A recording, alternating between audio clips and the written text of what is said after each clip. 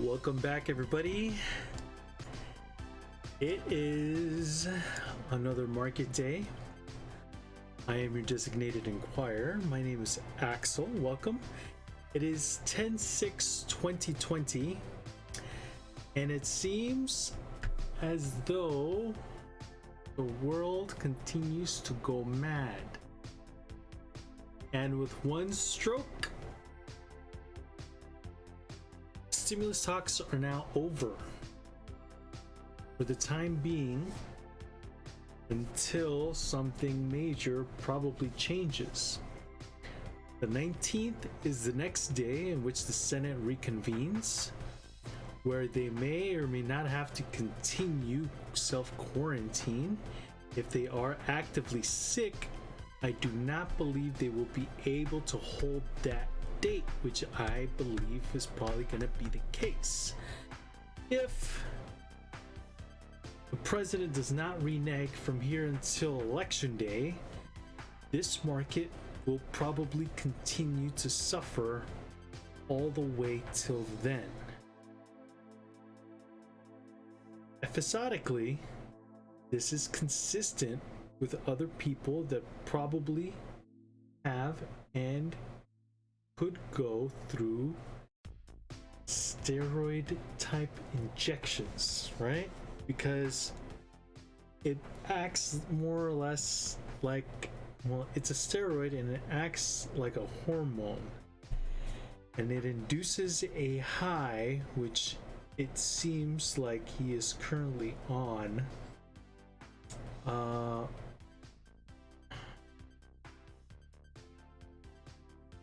In either case, what happened is that he said that people representing him should stop talks to resume stimulus, because should talks reconvene and go through, they would more than likely be favorable to Democrats, and he saw this as a point of weakness, and in his current state he cannot stand any sort of weakness and or showing weakness, because that's why he went in a little car ride around the hospital. That's why he decided to leave early from the hospital, and that's why he decided to stand out in the middle, out in front of the White House post landing from the helicopter to take a picture, even though a picture was not going to be the only thing that was going to be recording him. It was going to be video live footage of him gasping for air. The White House seems to be in a panic.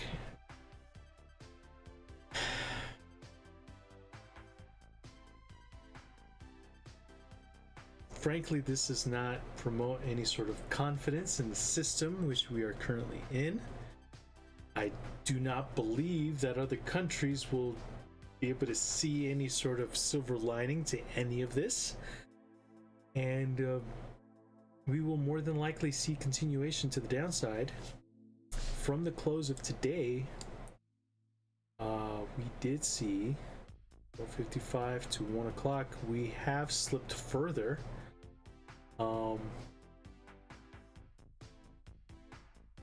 There's going to be points of resistance along the way, but I think they will be dropping like flies one after another.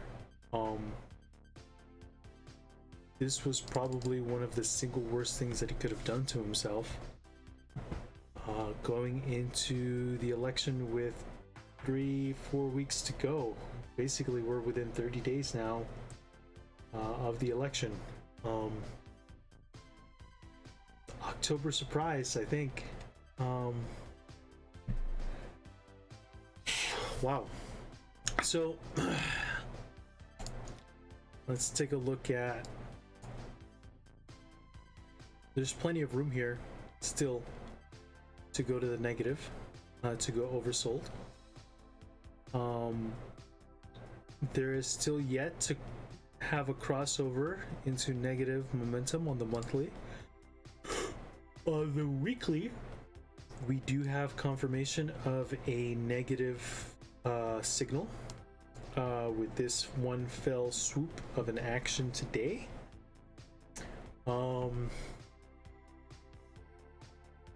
And should be a very interesting rest of the week. Let's go to the 4-hour. This was a pretty strong reversal considering that we had a positive signal somewhat recently, and I was thinking that it was probably more than likely going to continue. Considering the event that just happened, this is going to be quite the turnaround here.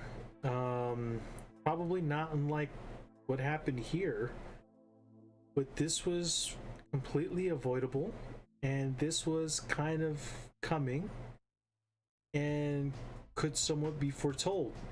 This was completely avoidable but not foretold. This happened in basically the last couple hours of the day. Tomorrow we will probably see a much longer ride to the downside, which he can probably stop if he goes around and reconsiders his action. But considering what state he's in and that it would show weakness for him to reconsider, I don't think he's gonna do that. So I think we continue to the downside and we blow past the lows established on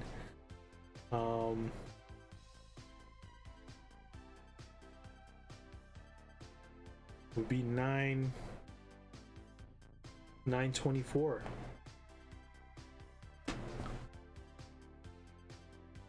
This is quite a spectacular turn of events. If we go to the NQ, NASDAQ, what we see here is the same, only here it is weaker on a momentum standpoint, and we can probably see faster and quicker downturn than what was experienced here. Considering how close we are to the middle line, this could be more significant than the last downturn that we had. On the Dow Jones, we do have again a negative signal, but there is a little bit more positive momentum to this. So like the ES, this will probably be likewise something that happened here.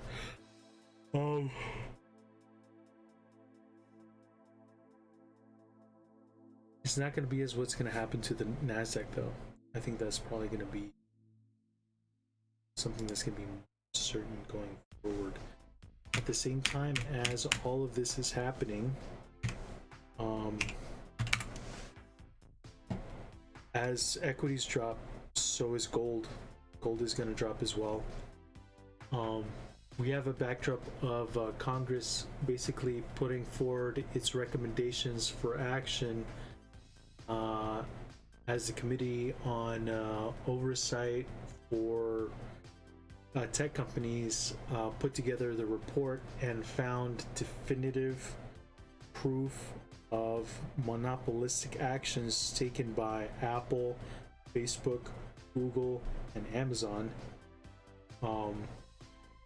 One of which could possibly result in a downside for Tesla, whether or not they can be grandfathered in the future or not. One of the stipulations is that there will probably be a limit going forward on vertical acquisitions. The vertical acquisitions for Tesla has been more than likely the breadth of the acquisitions that it has made up until this point, because buying a battery maker for its technology, buying manufacturing for solar, they've largely developed a lot of their technology, but they've also bought out certain technologies and companies to further the development of their company. But going down the road, it might be tougher for them to make those types of acquisitions, slowing down their expansion. So this is a bad thing for Tesla as well. From what we can see right now, it has more or less stayed consolidating over to the left for a good long while, including basically past this into the new month. Whether or not we'll see a significant turn to the downside remains to be seen, but I would not be surprised if we did start seeing a slide here, because until we have that regulation passed into law, we're not necessarily going to know the full extent to which this can impact Tesla. Because whether or not it can, I think it will. We just have to see to what extent. Of course, this is more than likely going to be affecting Apple and the aforementioned that had emails and evidence found in their investigation over the past year. Facebook is a big one.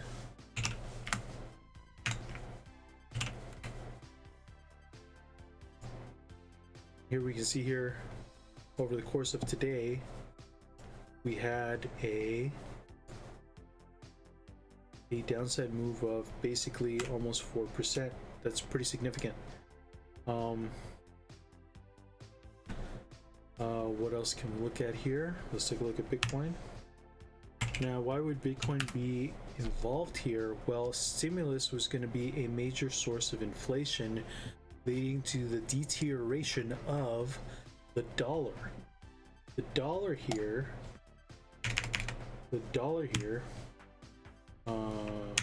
$sign TXY, had a pretty significant jump today because of those actions, because without further stimulus, there's probably going to be less inflation in the short term, even though on the long term, there's probably relatively very little inflation, if any, as Stephen Van Meter would argue. But right now we are going to be seeing instead accelerated deflation as the dollar will continue to appreciate in value. Now, the other thing that will be affected are bonds here, as bonds basically follows the same trajectory as the dollar here. It was slipping as there was significant motions to continue talks and or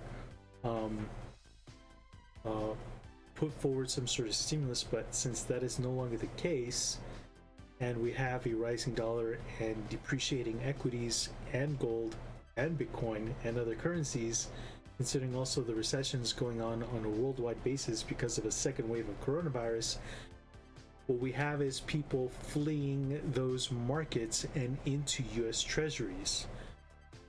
Further, what's going to be very interesting here is that if there is further instability in terms of the government and a lack of a peaceful transfer of power, that will more than likely result in a depreciation of bonds. So where equities and bonds will drop, the dollar will drop, and then maybe Bitcoin and gold will go up as a result, because that would largely diminish confidence in the US economy and the US leadership in the world. The US devolving into a dictatorship would largely diminish the confidence that one may have in being able to determine whether or not the US will continue to pay its debts, and otherwise there's a lot of things that could happen should there be no peaceful transfer of power should Trump lose. But as far as what we have right now, there is relatively little that can be done but to sit and wait. Those have been the major positions in the markets that would determine or that gives light as to what direction the market is going to continue to go. So again, we have a rising dollar, a rising bond, which is a diminution of yields. We have dropping equities. We're also going to have dropping competing currencies to the dollar, including gold and Bitcoin. There is some sort of change right now. There's a slight pickup in let's see if there's any news here.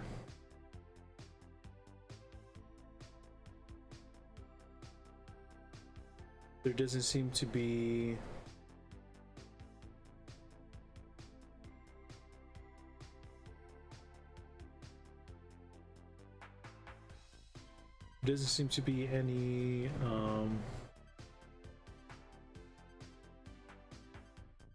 any further news to the upside. It may just seems like the ES probably did hit a point of resistance, so we're probably going to be seeing a bounce and seeing where the market goes from there. If we go here to the 5-minute, you guys can see here where that point of resistance could possibly be, as it goes further back here. This point of resistance or support rather acted as more or less a point of resistance in this area, and going further back, it has a pretty long lifeline in terms of like where it was established. So considering that we got pretty much close to it, was a pretty good point to look at where a bounce could happen. But whether or not we go and revisit it and or crash through it later on tonight through Asian markets and European markets will remain to be seen. We are right now going to be opening a lot lower than where we closed, considering that we even closed into basically a flash crash. We'll see how tomorrow continues, but right now it's not looking very good, statistically speaking. And statistically speaking, as to how the market will react. So yeah, until then, I hope you guys have a great rest of your day. There will be a lot of opportunities once the dust has settled to get back into the market. There will be a lot of opportunities, frankly, on the way down, considering your appetite for risk, etc. But consider that this will more than likely represent a trend change for a good long while. And even if there is a definitive answer on election day as to what happens, I do not expect there to be a stimulus passed the day after either. We probably won't see a stimulus till probably not until next year. I'm thinking, as I had said in earlier videos, etc. So, and by then we're probably going to need a much bigger stimulus. So as soon as that happens, it won't all be recovered in one shot, considering that there will have been, between here and then, a lot of jobs that will have been lost. There will have been a lot of companies that will have gone bankrupt. There will be entire industries that will have to restructure itself. Even if we have any sort of vaccine, it will take time to distribute it throughout the economy, throughout the population, to make it effective for us to have any sort of thing resembling herd immunity. And considering that very few people trust what the vaccine will be early on, the adoption rate for the vaccine will probably not be very good. That's from anecdotal evidence, but also from other studies and or polls that I've seen online and whatnot. So we probably don't see a full-on recovery in the general economy till probably, I'm thinking probably a couple years from now. in terms of us, where we see 2 to 3 years for recovery, stabilization, and or a beginning of seeing like green shoots and progress from a stimulus happening. It won't probably be till the summertime. And as far as progress for the virus and the vaccine, is probably not going to be till end of next year. So we're probably not going to be seeing theaters and the like, cruises, etc., come into play until next December, I'm thinking, minimum, if not longer, depending on how much of an adoption rate we have for the vaccine and for, as a society in general, whether or not we decide to take up masks, etc. But that will remain to be seen. Yes, until next time, you guys stay safe, stay healthy, and yeah, take care. Bye.